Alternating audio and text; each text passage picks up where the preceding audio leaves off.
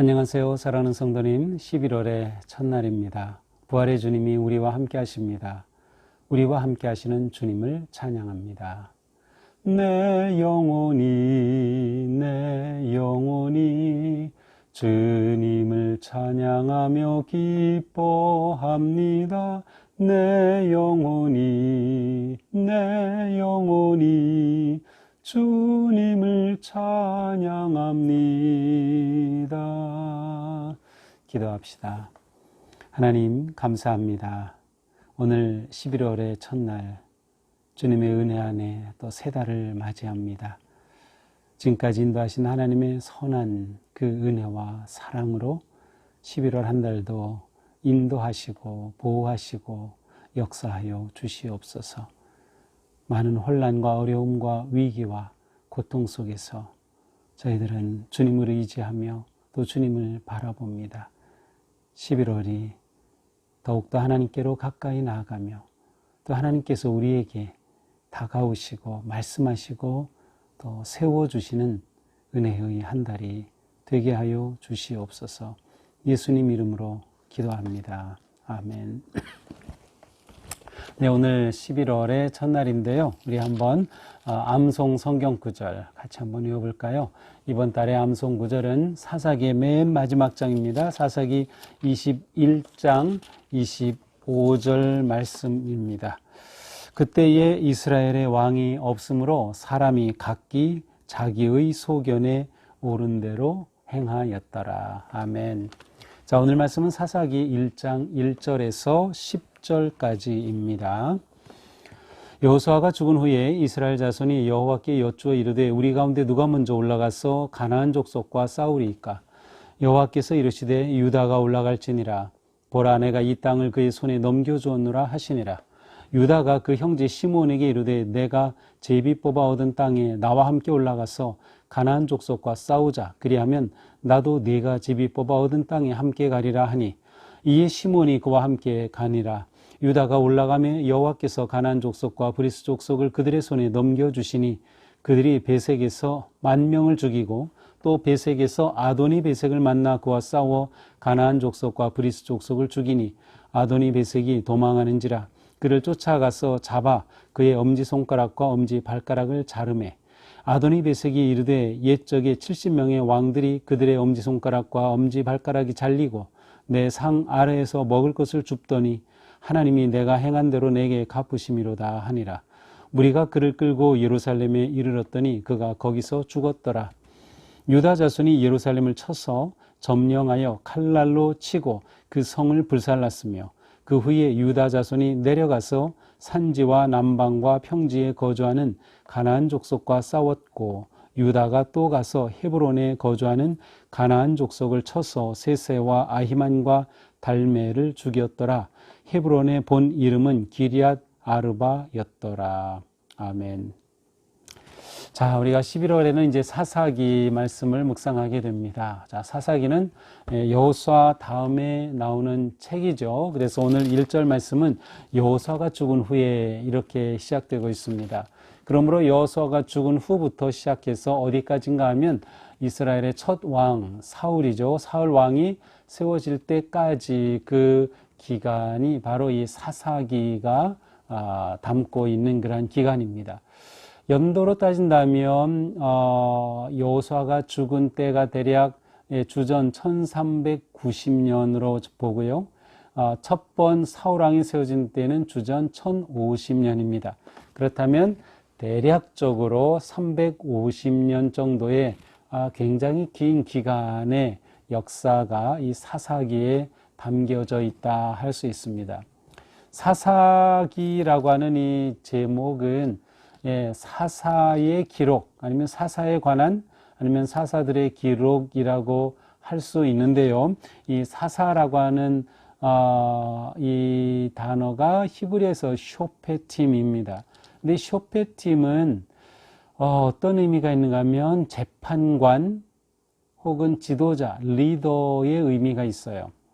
근데 이 사사기라고 이름이 붙여진 이 이름이 공동번역에서는 판관기, 재판관 할 때 그 판관기라고 되어 있기도 합니다.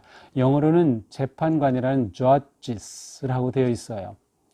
사사는 바로 그러한 사람들을 의미합니다. 이제 재판관이라고 하는 이유는 이스라엘의 역사 속에 하나님께 울부짖을 때 하나님께서 나타나셔서 누군가를 세우셔서 그로 하여금 이스라엘 백성들을 이끌고 전쟁을 하고 또 이스라엘을 공격했던 또 괴롭혔던 그 족속들을 물리치는 일종의 하나님의 심판의 역할을 하였던 것이 이 사사들이었기 때문에 재판관이라고 하는 의미가 담긴 그러한 용어로도 사용합니다. 하지만 우리는 전통적으로 우리 성경이 사사로 이렇게 번역해 왔기 때문에 그냥 사사라고 생각하시면 좋을 것 같습니다. 자, 1절입니다. 여호수아가 죽은 후에 이스라엘 자손이 여호와께 여쭈어가 이르되 우리 가운데 누가 먼저 올라가서 가나안 족속과 싸우리까? 자, 여호수아는 이스라엘 백성들이 가나안 땅에 들어가서부터 가나안 땅을 점령하고 이제 그 지역을 12지파에게 분배까지 하였던 지도자가 여호수아입니다. 그러나 여호수아가 세상을 떠났습니다. 이제 그들을 이끌던 지도자가 없는 상황입니다. 자, 이런 상황에서 이스라엘 백성들이 이제 하나님께 우리가 어떻게 계속해서 이 가나안 정복의 일을 이루어야 합니까? 누가 먼저 올라가서 가나안 족속과 싸워야 하겠습니까? 라고 하나님께 여쭈었습니다.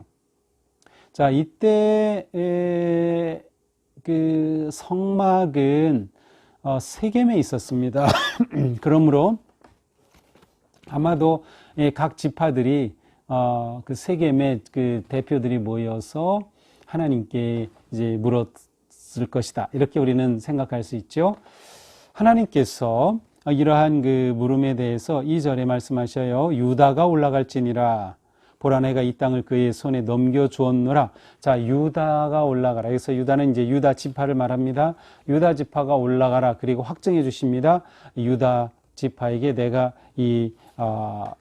너희들이 그 치게 될 그러한 가나안 족속과 싸울 것인데 그들을 그 손에 유다 지파에 넘겨주었다라고 말씀하셔요. 자, 누가 싸우러 올라가리까? 유다 지파가 가라. 내가 넘겨주었다. 자, 여기서 드러나는 것은 무엇입니까? 이 전쟁의 주도권은 누가 지고 있어요? 하나님입니다. 이게 굉장히 중요합니다. 사사기 전체에서 우리가 놓치지 말아야 할 아주 큰 주제입니다. 하나님이 이 모든 역사와 전쟁의 주도권을 가지고 계시다라고 하는 거죠. 자, 이 말을 받고 이제 유다 지파가 올라갑니다. 그런데 3절에 보니까 유다가 그 형제 시므온에게 이르되 내가 제비 뽑아 얻은 땅에 나와 함께 올라가서 가나안 족속과 싸우자. 그리하면 나도 네가 제비 뽑아 얻은 땅에 함께 가리라 하니 이에 시므온이 그와 함께 가니라. 자, 하나님은 유다 지파가 가라라고 하셨는데 유다 지파가 자기만 가지 않고 시므온 지파와 함께 올라갑니다. 시므온 지파에게 자, 함께 올라가서 싸우자. 그리고 또 너희가 제비를 뽑아서 싸워야 할 그때 우리도 함께 가겠다라고 하는 거죠. 자, 이것에 대해서 이제 어떤 학자들은 분명히 하나님은 유다 지파라고 했는데 유다가 시몬까지 함께 하자고 한 것은 하나님의 말씀에 대한 불완전한 순종이다. 자기만 올라가도 충분히 이길 수 있다라고 하나님 붙여줬다라고 하셨으면 올라가서 싸우면 될 터인데 왜 시몬과 함께 하느냐. 이것은 불순종에 가까운 순종. 올라가서 싸우긴 했으니까 순종인데 좀 하나님에 대한 온전하지 못한 신뢰가 아닌가라고 보는 학자들도 있지만 그렇게 꼭 볼 필요는 없을 것 같아요. 여기서 유다가 올라가 싸우라는 것은 유다가 이 전쟁의 어떤 전쟁을 주도하는 그러한 역할을 해라라고 주신 말씀일 수도 있고요. 또 함께 올라갔던 시므온 지파는 사실 그 유다 지파 안에 속해 있기도 하였습니다. 그 분배하는 그런 과정에서 그래서 유다 지파가 시몬과 함께 올라간 것에 대해서는 꼭 부정적으로 볼 필요는 없다라고 볼 수 있어요. 이제 여호수아 19장 1절에 가서 보면 시몬이 유다 지파에 소속된 그러한 형태로 나오고 있기 때문이죠. 자, 그래서 이제 4절 유다가 올라가죠.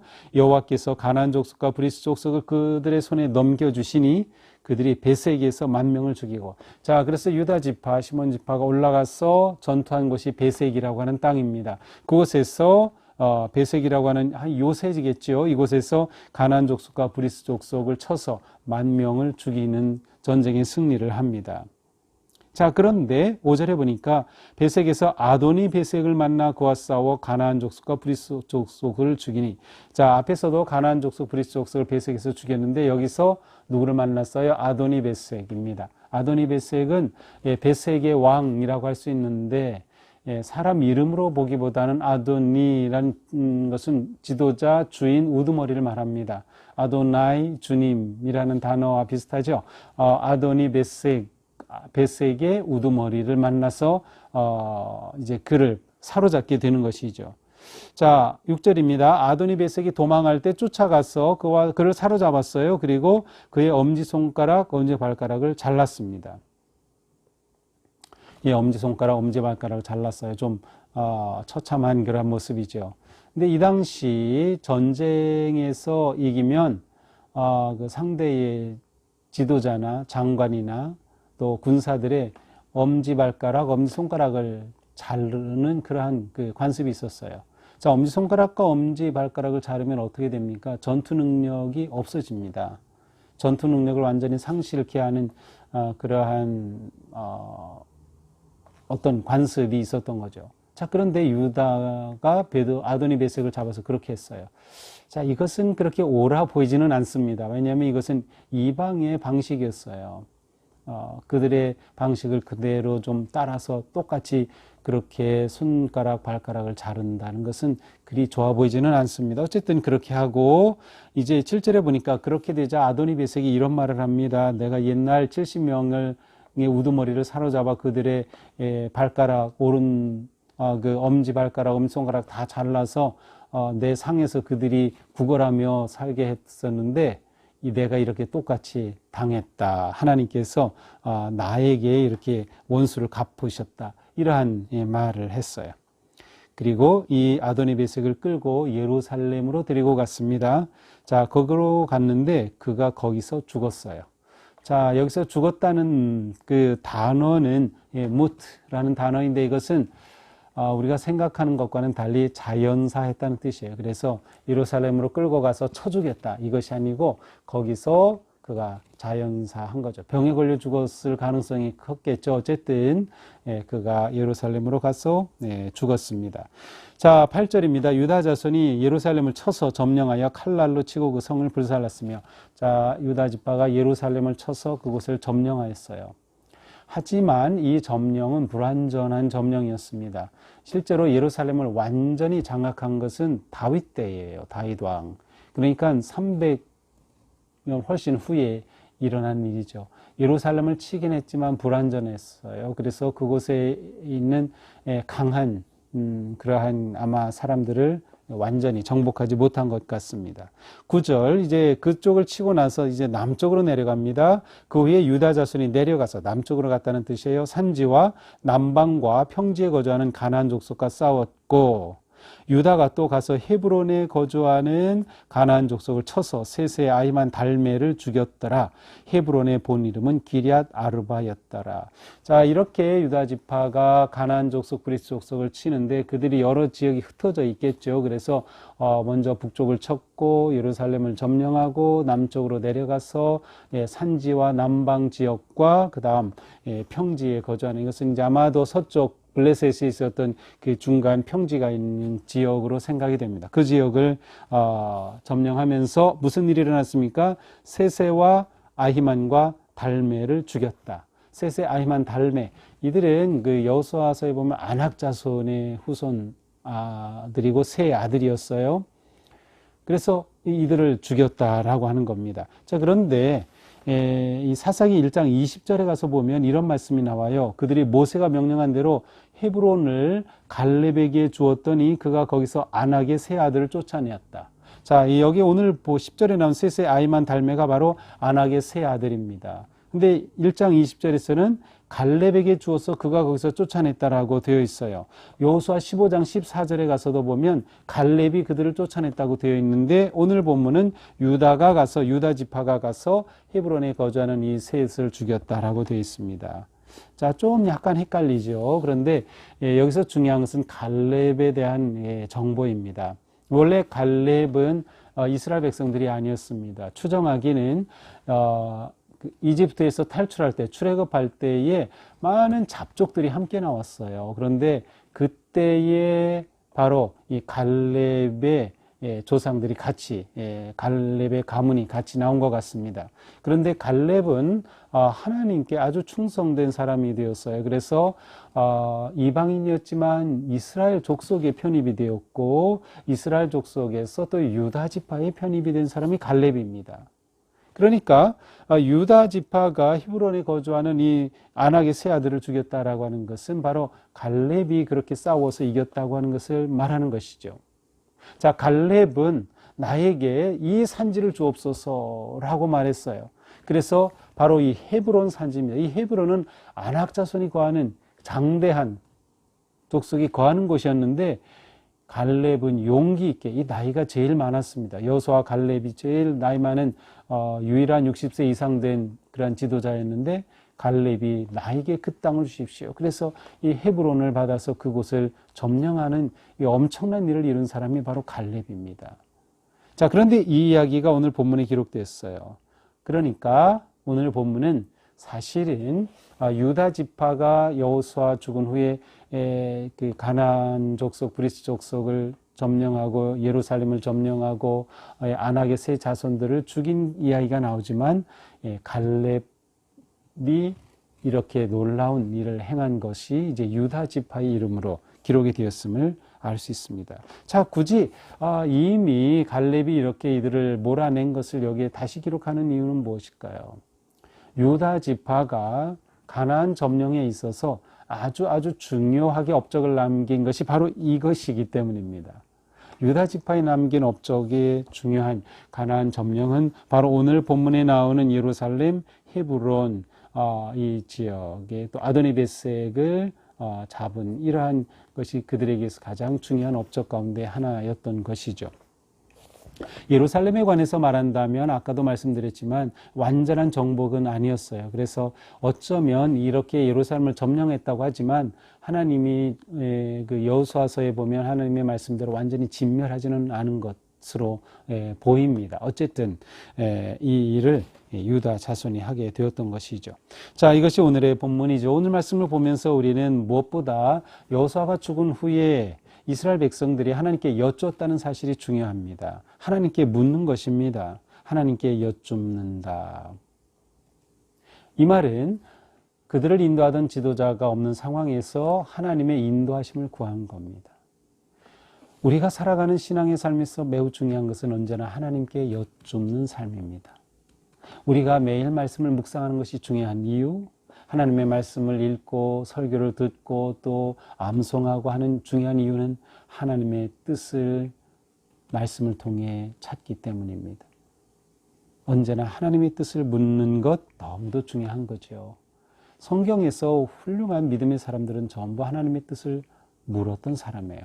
그 말은 우리가 하나님의 뜻을 물음으로 깊고 건강하고 훌륭한 그리스도인이 될 수 있다라는 것이죠. 자, 하나님께 물으면 하나님께서는 분명히 대답해 주셔요. 자, 하나님께 묻죠. 누가 먼저 올라가 싸우겠습니까? 가나안 족속과 싸우리까? 자, 여호수아가 세상을 떠났지만 그들에게 주어진 사명은 아직 끝나지 않았어요. 가나안 땅을 완전히 정복하는 것이에요. 그들에게 주어진 사명은 계속됩니다. 다시 말하면 하나님의 역사는 멈추지 않습니다.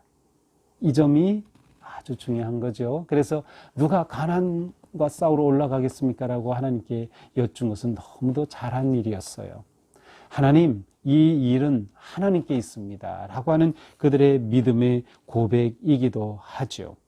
하나님께서 유다가 올라가라 할 때 그들은 하나님의 말씀에 따라서 그렇게 나아가 행동하게 되었습니다. 나아가 싸워 승리하게 된 것이죠. 하나님이 붙여주신 그들을 점령하게 되었어요. 자, 여기서 우리는 믿음의 도전이 얼마나 중요한지를 보게 됩니다. 우리는 끊임없이 믿음의 도전을 해야 합니다. 하나님께서 주신 말씀을 붙잡고 하나님을 의지하는 믿음으로 도전하는 것이죠.